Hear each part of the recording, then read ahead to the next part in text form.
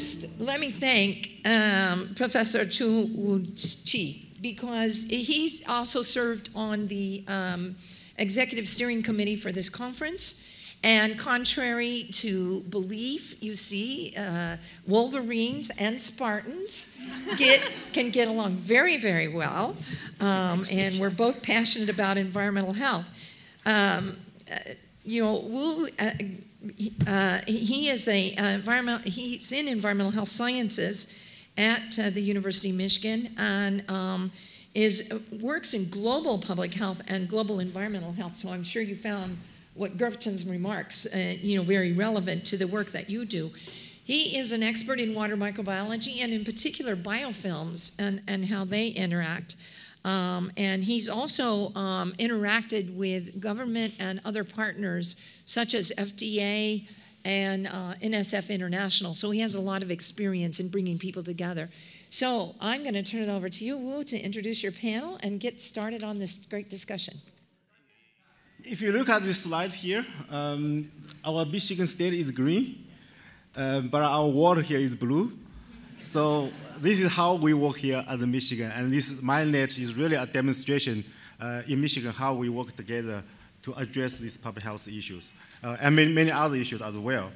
So it has been like almost 3 years since the pandemic started, and the MindNet to start the monitoring the coronavirus in the wastewater. We use the data to address the public health, to prepare, to address, also to make these policies. I think it has been 3 years. We collected a lot of data and also obtained tremendous experience in this area. So I think it's really the time now to reflect on the lessons we learned during this 3 years period of the work with a big network as a statewide. So there's a lot of lessons we have been learned. So today, we have really formulated a fantastic panel here, and who some of them are really we're all in the front line to address the pandemic issues. So our panelists include, not in a particular order, but as Irene, sitting in my left side, she's a professor of environmental engineering at Michigan State. And her laboratory has been studying the fate of virus in natural engineering for so many years. And then with Sarah, Sarah has served as the environmental health operations supervisor at the Western UP Health, UP area, so that hopefully you enjoy a little bit of weather here. And then our Kevin, he has served as a superintendent for Kenwood Public School since 2021, and also he appointed by the governor, our great governor, as in the several councils for the educational in the state of Michigan. So I think as we know, when the pandemic hits, these warriors and many others were at the front line to work tirelessly to protect our public health. So one of the weapons they need is really the data. So here I think the first question I will ask the panel to address is how the wastewater monitoring data help you to address the pandemic. So each panel member has 5 minutes to comment, to provide the thought on these questions, and then we open for the questions for the public. So. The first, not in the particular order here, but Sarah, can you start? Hi, I'm Sarah Heathman. I'm the Environmental Health Operations Supervisor at the Western UP Health Department. If you don't know where Western UP Health Department is, we are the farthest west in the state you can go in the UP. So we cover 5 counties: Keweenaw, Baraga, Houghton, Ontonagon, and Gogebic counties. I'm based in the Houghton County office in Hancock. So we've been doing wastewater monitoring since 2020. We were in the pilot project. As you can see from my first slide here, what our efforts in the pandemic were, we had a lot of lack of public participation in testing. We are a quite rural district. COVID was a very political tension, I don't know what you want to call it, but I'm assuming the whole state's been kind of the same way. Our district is extremely political with COVID.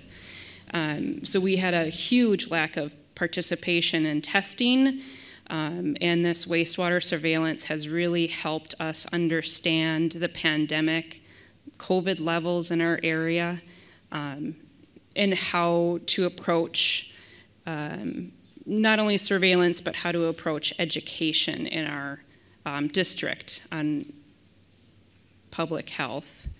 The wastewater monitoring created partnerships in the community that maybe weren't there initially. We worked a lot with schools, nursing homes, hospitals, municipalities. And it gave us an opportunity to educate some of those partners that may not have gotten the information through other channels. So we were able in the pilot project to really focus on testing directly wastewater streams from specific spots, elementary schools, particular levels even of long-term care facilities, and help people, educate people on what they kind of were looking for. And then that also opened up that communication so that those sampling partners could have someone to ask questions to. They could direct questions to me, and then I would go about finding them the right answer or directing them to the right people. The only other things I wanted to touch on were some challenges. We're a very large district covering more than 5,000 square miles.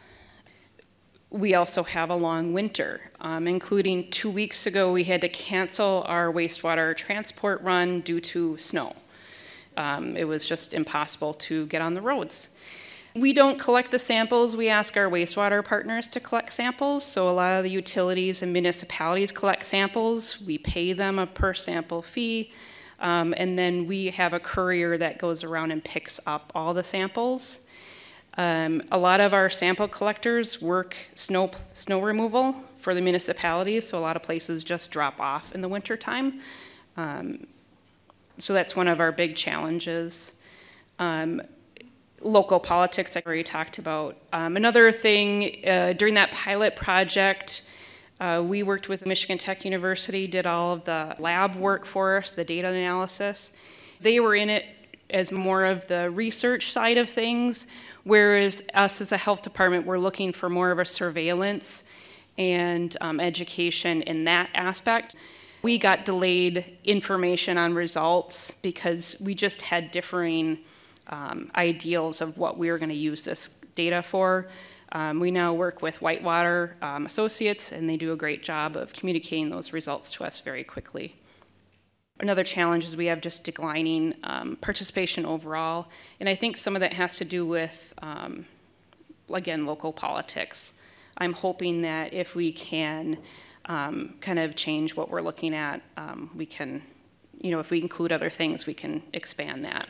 And then, of course, there's benefits. Some of the benefits that maybe you guys think about is we get funding, right, to do this surveillance, but it also funds some of our staff. We are able to add a courier. Again, we have 5 counties we cover. We have 4 offices, and we need to transport all kinds of things between those offices. The funding for our courier for our surveillance to pick up samples helps us bring vaccines, paperwork throughout our whole district. It's a huge benefit for us. Again, we are able to expand our local lab capacities, and then obviously do outbreak prevention. So I think that was all I had. Thanks. Thank you, Sarah.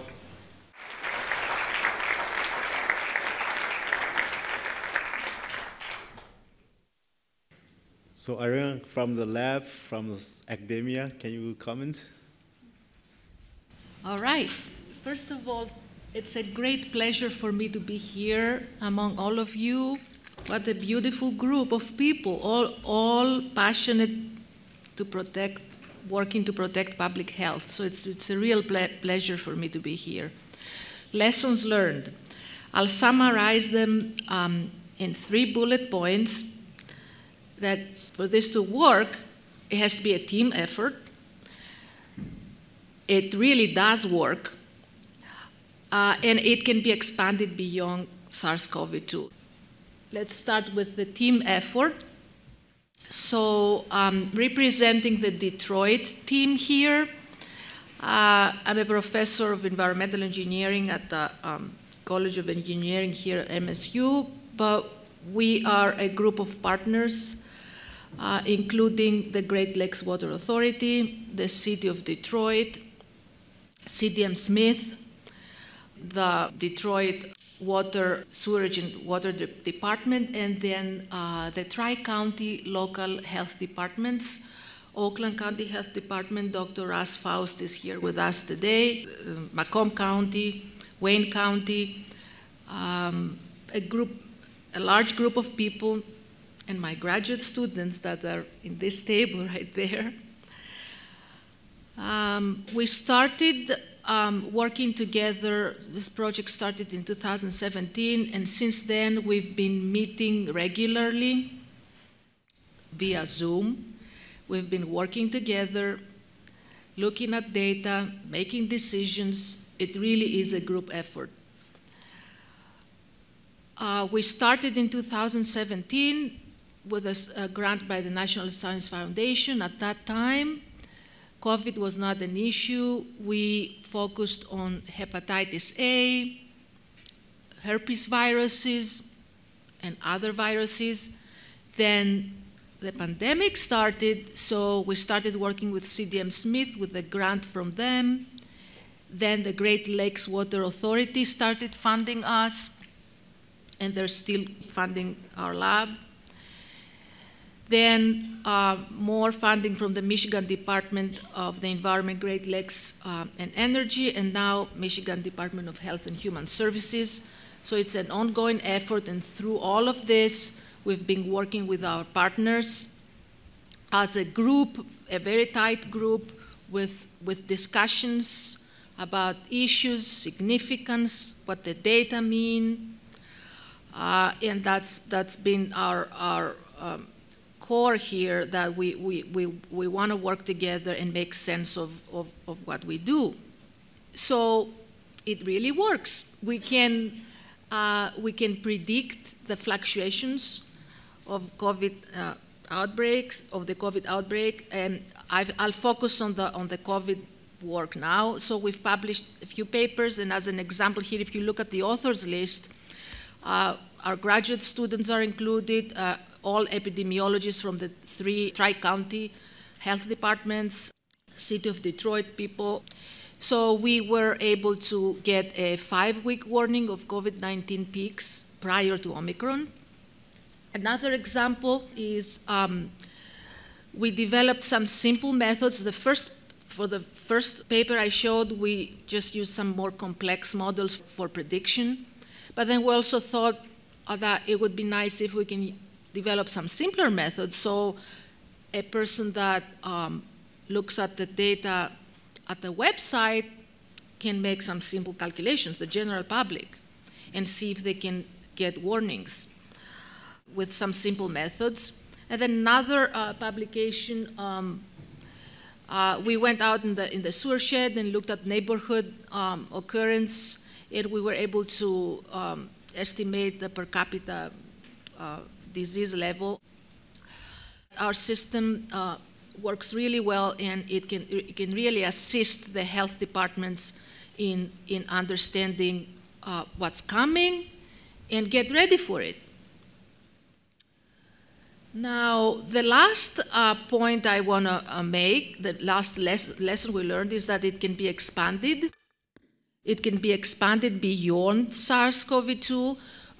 We have already shown that in the work we did prior to the pandemic, but we thought of developing some tools that will allow us to target the next, what would make sense to test for, because resources are limited, right?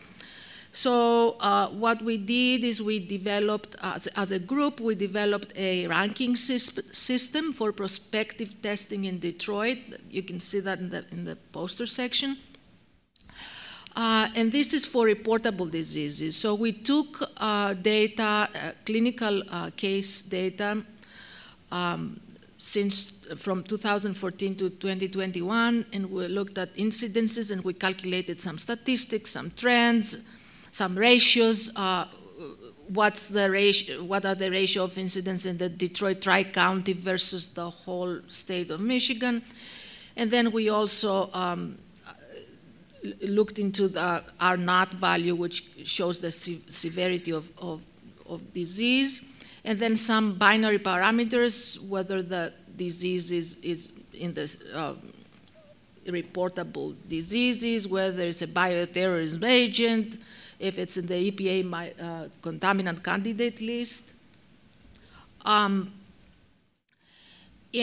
We developed this ranking system with a formula that gave us a ranking of diseases that we're going to be targeting in Detroit.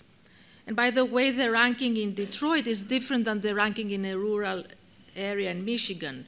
For example, what we saw in our case in Detroit is that some STDs are higher up, polio, hepatitis. Now, in a rural area, our ranking showed that like those, for example, STDs are not such an issue, or HIV/AIDS. So the beauty of this system is that it can be applied to a particular region, and that's what we're going to follow with our group in Detroit for our next phase of testing for other pathogens. Now, this system includes information on reportable diseases, right? And how we can, we found a system to rank the reportable diseases for Detroit, but how about diseases that are not reported? Then we thought of developing another system in the next page, which is based on bioinformatics. So what we'll be doing in Detroit is, in addition to the prioritization ranking system I showed you, we're going to also test wastewater samples once a month, and we're going to run them through a random amplification first, and then shotgun sequencing, and using some bioinformatics analysis. We describe that in the poster section, get to see what viral genomes are circulating in the community at that time. Now, the caveat here is if you want to do a wide screening, it's not possible to get to the species level. So right here, we accurately can get to the genus level. So for example, let's say you run this prior to the pandemic and you see that all your samples have beta coronavirus. Well, that's a little bit of alarming. So let me go in and see what's happening. Then, for example, you see lentivirus. So might that be HIV? So you get signals like that. And we were able to detect a wide range of respiratory, bloodborne, foodborne, vector-borne, and other viruses. So between this lab-based screening for non-reportable diseases and the prioritization ranking system that we have for reportable diseases, we're going to be in a good position in Detroit to decide what we should be looking at, for example, polio or STDs or whatever that is. And that's what we're doing now with our group. I believe that's what I had, and if you have any questions, I'll be happy to answer after we're done with this presentation. Thank you, Erin. Now we go to Kevin. Again, my name is Kevin Polston, superintendent at Kentwood Public Schools, just outside of Grand Rapids. We're about 10,000 students, about 1,800 staff, about 18 school buildings. I've been there for the past 2 years. In the previous 4 years, I was at a smaller district just outside of Grand Rapids called Godfrey Lee Public Schools, about 2,000 students. During that time, I was appointed by Governor Whitmer to serve on 2 separate advisory committees. I'd say the first and most important was for return to school. There were 2 school superintendents of the 30 people on the panel, legislators, public health experts, local community health administrators. It was a really broad cross-section to try to think about what are the ways that we can approach coming back to school. So think about, May 2020, we were fully remote. Everything was by and large closed, and the committee's recommendations came out in June. So to return to school in August, so just a couple short months. All the different mitigation strategies that I'm sure you're very familiar with. And as we were trying to think about what are the best ways to return to school, we thought about all the different metrics to which need to be considered. And the CDC had theirs, of which they had color coding system, and using things like positivity rate or cases per 100,000 or hospitalization rates, or even other lagging indicators, such as death rate. And that wasn't very helpful for us in K-12. We didn't really know the impact on kids. We didn't have a responsive testing system. If you recall the initial, what we jokingly referred to as like a brain scratch, think about, 5, 6, 7-year-old kids and having to, perform, those type of tests on with sometimes it was 5 to 7 days before you'd even get a response. And so we knew that we had to have some other, systems in place. So while I was at Godfrey Lee, we were the first district in the state, and we partnered with a local lab to get a rapid PCR test using saliva within 24 hours. And so that was a huge help for us to be able to, it's easy for a kid to spit in a cup, and then we can get response back in 24 hours, not just for the wellness and well-being of the child, but also for those around them at school, but also, more importantly, those around them at home. The community at which they served was the highest population of Hispanic students in the state. So different cultures, races, ethnicities have different family structures, social norms, and many of our students lived with extended family, of course, more at-risk population of elder family members. So that was a huge asset, and we not only extended that for students, but also to family members. We would even go to their home, so to just make it even easier.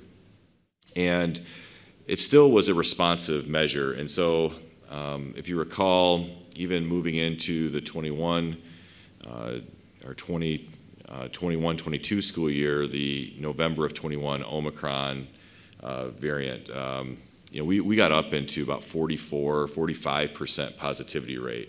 I mean, that's fairly useless to have that level of positivity rate. Yet we're still in school, and we had done the risk proposition of the risk is greater for our students not to be in school than it is for them to be in school.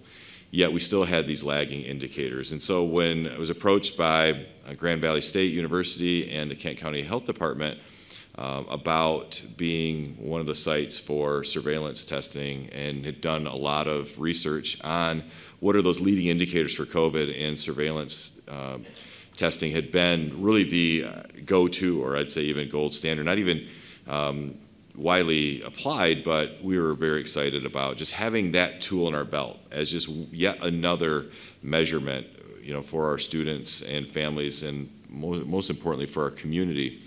Something that one of our health system administrators shared with me that was impactful is being that the community that we serve is if we have to close school down, that means parents have to stay home with kids, and those parents are healthcare workers. That means if they're staying home with children, that means they're not tending to those that are in significant need of assistance in a hospital.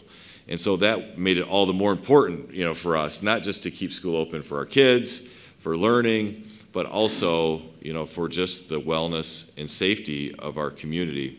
And so we used surveillance wastewater testing at 5 of our 18 sites. And that was, some of it was a limitation of resource available. The other part of it was just limitation of access to, some of the, or ease of access, I should say. And we would get weekly information, sometimes more frequent, but on the, presence of COVID in our schools. And we really paid attention to, some of those markers that, would be significantly elevated. And there was also some benchmarks that we could use to other wastewater treatment facilities in the area, so not just looking at ourselves against ourselves, but also looking at ourselves against others as well.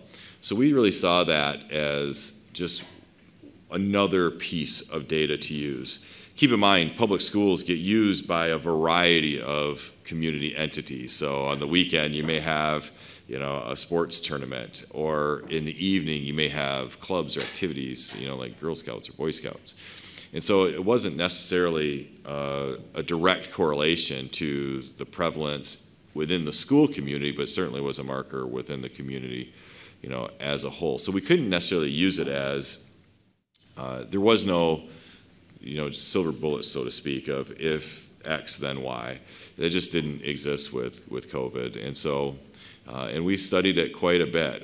Just think about things like band instruments, and think about aerosol rates, and trying to identify, what are mitigation strategies for different instruments. And we studied those things, and we looked at what leaders in the field were doing, whether it was at U of M or even other studies that came out with that. And also, the viral load of, students, and how much are they shedding at what point. I mean, there's all sorts of indices that we're trying to use to make informed decisions, from those that demanded in-person learning to those that demanded, only remote learning, and really everywhere in between. I'm proud that the mitigation strategies that we implemented allowed us to have in-person learning for any parent that wanted it throughout the entire pandemic, absent of the first couple months.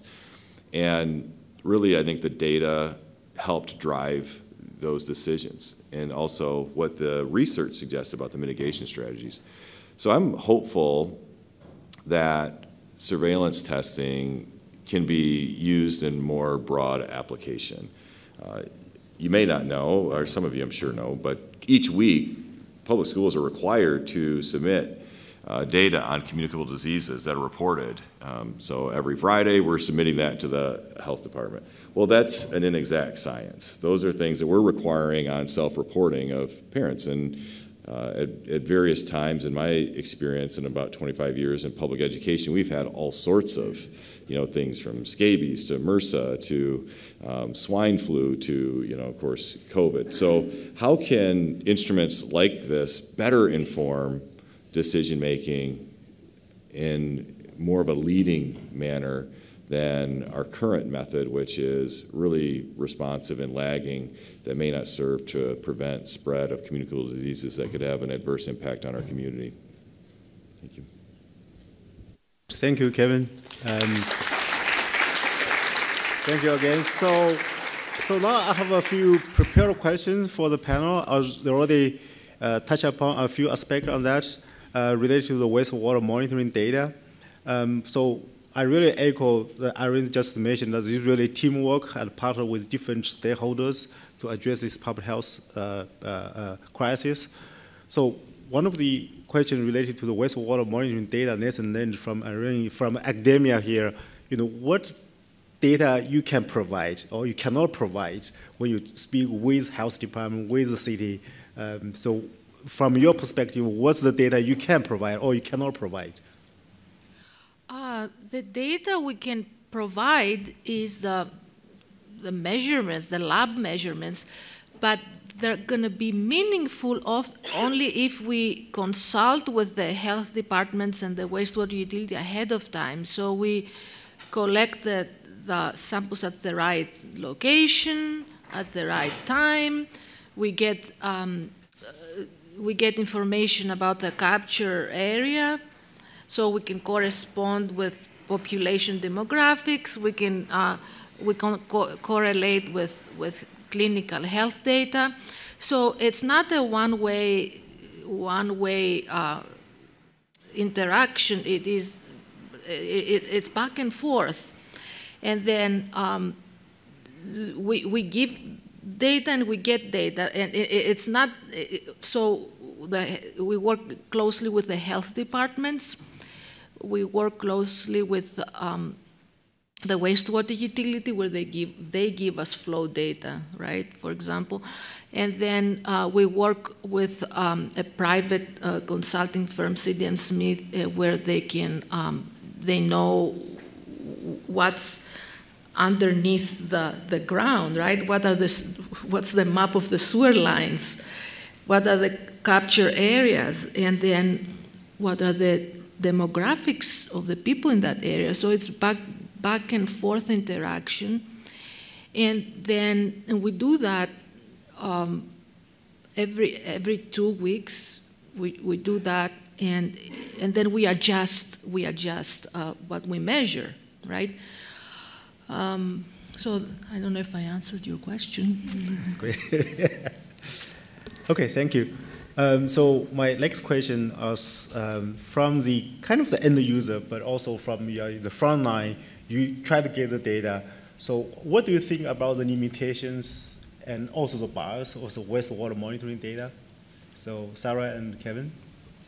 Sure. I think especially in the beginning, one of our big challenges was getting timely results. I think the labs were trying to figure out how to correlate those results and communicate to us in a way that we could interpolate those results and get them to our sampling partners or our community leaders in a timely fashion, so that it would we could actually prevent outbreaks or warn an entity that there could be an outbreak pending, or they may have rising cases. So I think that was in the beginning one of our biggest challenges, was just getting those results in a timely enough fashion to have action, and that over time, over the last 3 years, it's really improved. Good, thanks. See, for us as a public school district, the importance of it was that we could also benchmark and map it against other areas of the world that conduct surveillance monitoring. So we know that some of the variants started in other places and would move, and so we could map, all right, what was the progression of that variant in, let's say, Europe, and what does that look like, or what might that look like here? We know that things didn't exactly replicate, but there were trends and patterns. And so having that was very helpful, for us. Limitations are, again, I point out to, what we don't know is, the behavior of those that engage in our schools. So elementary school behavior may be very different from that of secondary school, as far as, who's using the facilities and to what degree. So those are things that we just don't know. We could, I'm sure, track or use that. You find data for that. But something that was always a really positive thing for us, as I discussed the intrusive manner of initial COVID tests, wastewater testing is very passive. It just happens, and really no one knows, and it's not personally identifiable. And that's really helpful too, because privacy is really important when we're considering matters of public health. So I think there's certainly a lot of benefits, but there are some limitations, but I don't think they're mitigating enough to be something that can't be overcome. Great, thank you. So as myself, I have been working in this area for several years. I still have a lot of questions to ask, but I think probably you're the same. So I want to open the floor for the questions from our audience here. We have about 10 minutes, 15 minutes. So if you please go to the mics in the back to ask questions, right here. Please. I was taking the to go first, since I was the mistress of ceremonies. But anyone that wants to ask questions, come on up to the mic. So I think this is fascinating, because each of you have a very different perspective, and you're working with different audiences. And I'm wondering if each of you could talk a bit more about the communication of the data and the science.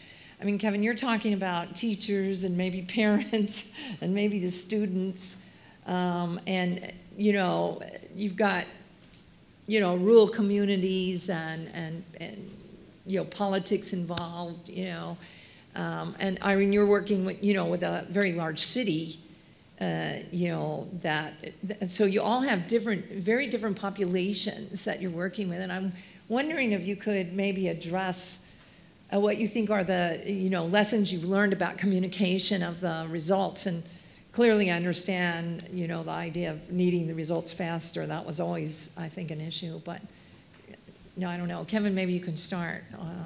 Sure, thanks, Joan. So in the first, I'd say my first role, when we're thinking about how to reopen schools, you're talking 1.4 million students, 150,000 educators.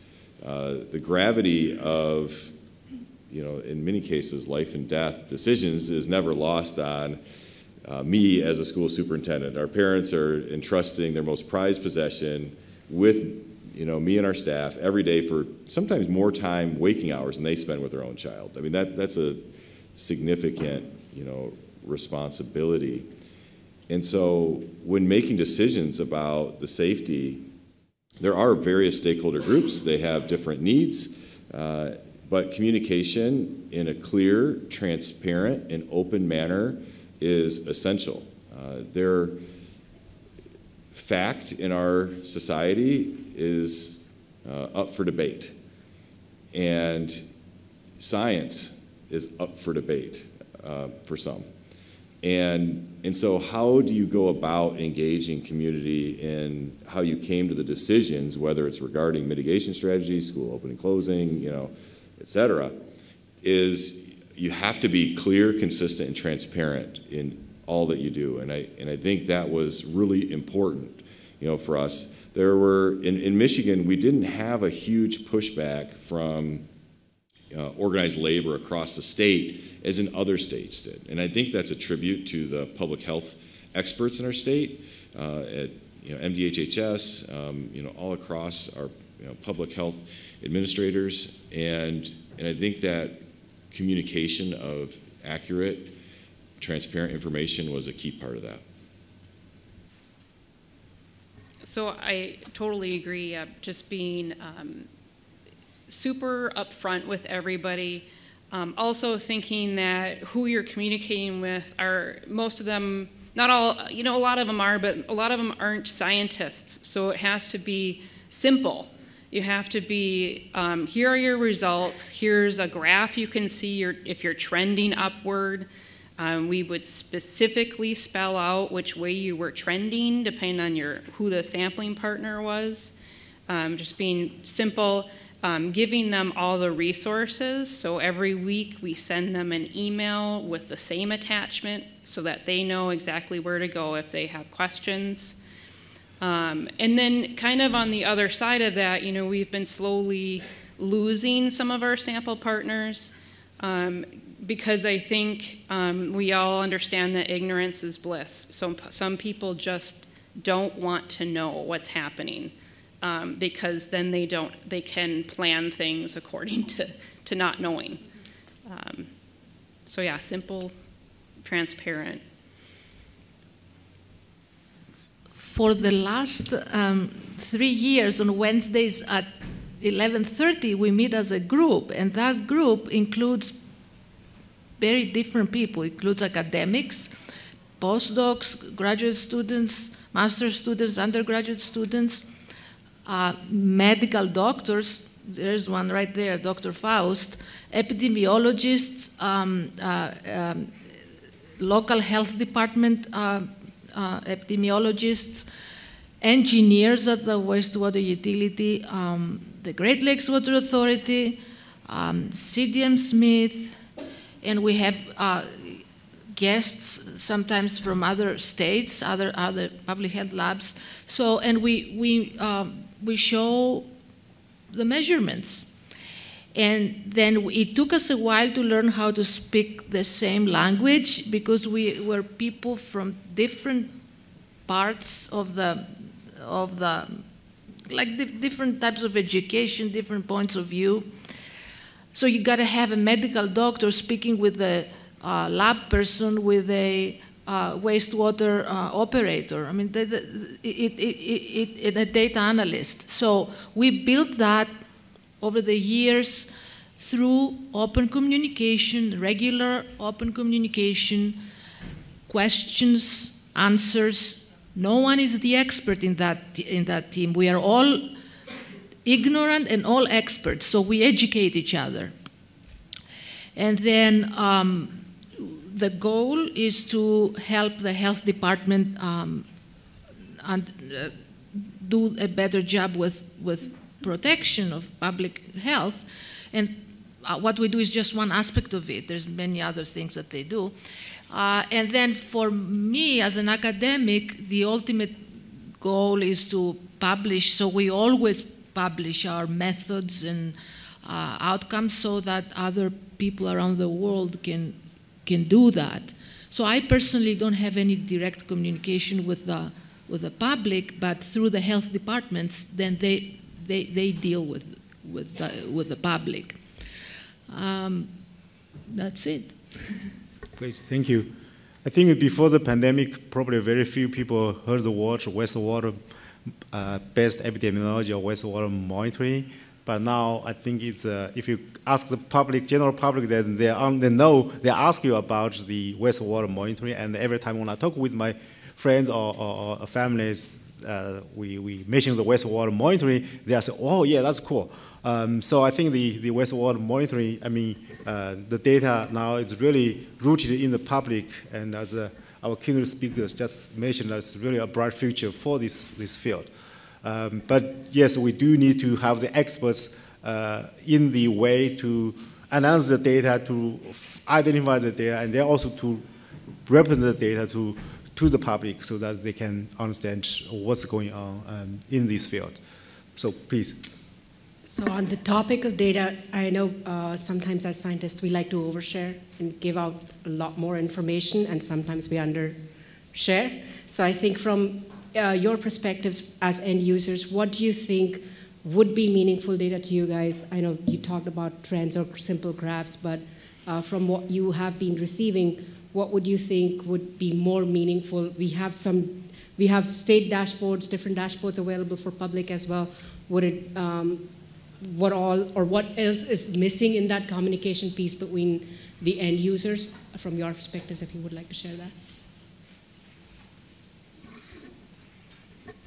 Sure, I can kind of touch on that. I think over the last 3 years, we've really kind of narrowed our information that we get from the lab to something that is very shareable and usable. But I don't think, you know, a lot of our partners get the information and it might just be another email that they just, you know, kind of start ignoring. I think if the state dashboard, I think a lot of people don't realize it's there. I think a lot of people, we send them the information and they just don't use it. And I don't know if people are just sick of COVID or if there's another way that, you know, maybe we can work with the lab on putting that data in a different format so it's new or fresh or it looks different or it's presented differently. I think just keeping it on par, just so that, again, people aren't just looking at the email and being like, oh, it's just another email from the health department. Like just refreshing or giving it a new spin. I think the dashboard is excellent. It would motivate people if once in a while there are like some stories. So like description of a paper, or this is what they did in this school district, or like a little examples of how the data can be used, and that motivates people to look at the data and then see what they can do by themselves for their own district. Just say less is more and give context. Yes, I'd like to emphasize what you said, Irene, about the communication and the meetings, because as I also said, what we've learned in the communication in my country is that a dashboard is not really communication. It is sort of a start, but if you talk to people at the local health departments, it's super. Well, we've experienced that when you sit together and present and talk about the data, that is very important to start to appreciate and see the lessons that are in there, talk the same language. So I think, yeah, as I said in my presentation, it is not common for the health sector to look in wastewater and for the water sector to collect public health data. So yeah, we really need the sit-ins together to talk and to experience what it is. What we've seen is that many health departments, while we have a very nice national dashboard, they weren't looking or weren't absorbing the information, but only if you really work with the local health department, it starts to become something that is appreciated and seen where the added value is. So yeah, I think it's important to have the clear communication, but the communication, a dashboard is a first start, but it really requires the interaction. Yes, I agree 100% with you, and it's fascinating with the communications how everybody gets new ideas. So they're really in our group we're all learning. So and then every week there's some new idea arises. So there's no way to go without it. There's no shortcut. Thank you. I'm so glad to see you as a person. I only know you as a name in the papers. Hi. Yeah, so I also wanted to second both of those comments and your comment also about the Marissa, can you introduce yourself? Oh, sorry. I'm Marissa Eisenberg. I'm faculty at the University of Michigan in epidemiology. So I really liked your point also about telling a story too and the importance of that in communication. My question is, it's kind of come up a little bit here, the sort of tension but for academics participating in this work between the needs of surveillance versus the needs of research. And I think Michigan has been one of, like the sweep and sewer networks have been a really interesting experiment in blending academia in with these other things. And so I wanted to get your all thoughts about, you know, that can come with some exciting advantages in terms of being able to use the most cutting edge techniques and that kind of stuff, but it also has some tensions between academic incentives versus public health incentives. And so I guess I wanted to hear your thoughts about how that's been going and how you see that moving forward for Michigan. For us, it's been going great.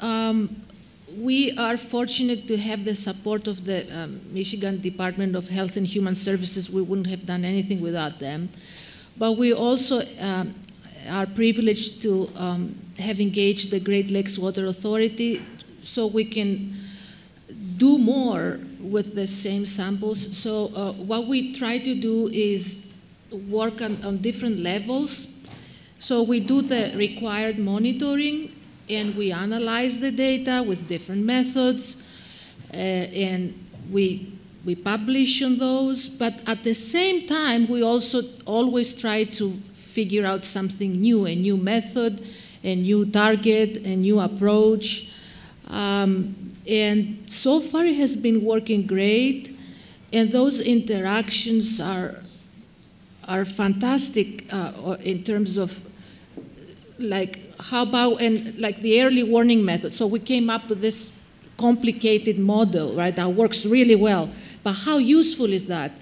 And then we wanted to find a simpler method, and we did a whole academic study on that. So the needs of the health departments drive our research, and so far we've been able to accomplish both goals of doing the monitoring and surveillance and pushing the envelope and doing new things, new methods all at the same time. And I really think that it's the teamwork that allowed the new ideas.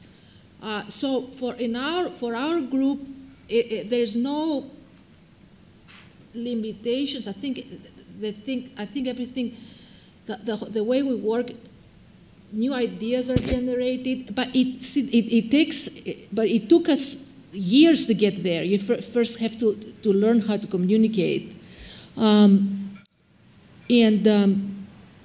My experience is positive in that aspect. I'd be curious to hear from, you too, I love. Yeah, we are still struggle with that. We don't interact with the university at all in our area anymore. We don't get any data from them on a regular basis by any means. We kind of split off, and just there is not a lot of working back and forth that way anymore, which is kind of sad if you ask me. Do you feel like that was a loss, or do you feel like there's a reason that happened? I guess, Right. I mean, in that first pilot project, the university kind of coordinated all the sampling. We brought all the samples to them. They analyzed all of our data for us. We just never got any of that information, and so that communication wasn't working for us. Yeah. So we had to figure out a way to make the data work for public health surveillance. Yeah. And it broke off from there, and I don't think we've come back around to figure out how to work back in to meet all of our needs. Yeah, which jives with what Irene was saying about, meetings and Right, communication. yeah. It's like any relationship, right? You got to put the work into it, and then in the end it's fun, and we became friends, and it's just beautiful. But if you don't put the work, then it's not going to happen. I think one thing is so nice to see everyone here and from different stakeholders, and know people in person. I think also helps a lot. Yeah, this is a wonderful. fantastic example. If we do that every year, these relationships will happen. So we still have time for one question. Okay, please go ahead. Oh. So hi, John Person from CDC. My question is kind of a selfish one, but also I'd be really interested to hear your opinion or thoughts on your lessons learned here in Michigan. What do you think from each of your perspectives is something that could be applied to the national scale? I'll leave it at that. I think some planning. There's a fantastic effort in the United States, but it's not coordinated. I know in the Netherlands, it is a smaller country, so it's easier to coordinate. But I wish we were like half as coordinated as you guys. So somehow, kind of, I don't know. Maybe have some priorities as, and those, I think some national agency like CDC, maybe they could, like this prioritization ranking system we did for Michigan, right? For example, we see that the targets should be different in rural areas, different in urban areas. If we could do something like that for the country, then the efforts are going to work synergistically. I think the one thing I would like to add is really the standardized protocol, sampling collection, and data analysis. I think the little work we are doing here with Michigan State as a need laboratory provide all this standardized protocol sampling. All this will be very helpful, and also can make the data more comparable with each other. I think that's one lesson, probably particularly the nationwide can adopt. Well, I think it's running out. I think we need to conclude. All our panelists will be here for the rest of 2 days. The communication will keep going. Definitely you have a lot of questions, so we'll be able to find the time here to talk to each other. So I would like to take this, thank our panelists again. Thank you also for working very hard in protect the public health, and very happy that the wastewater monitoring data is part of your weapon towards to address the pressure, on a very high pressure you have to deal with. And thank you again for your participation and also insightful comments on this. Just one more comment. Okay. One concluding comment and start with Kevin.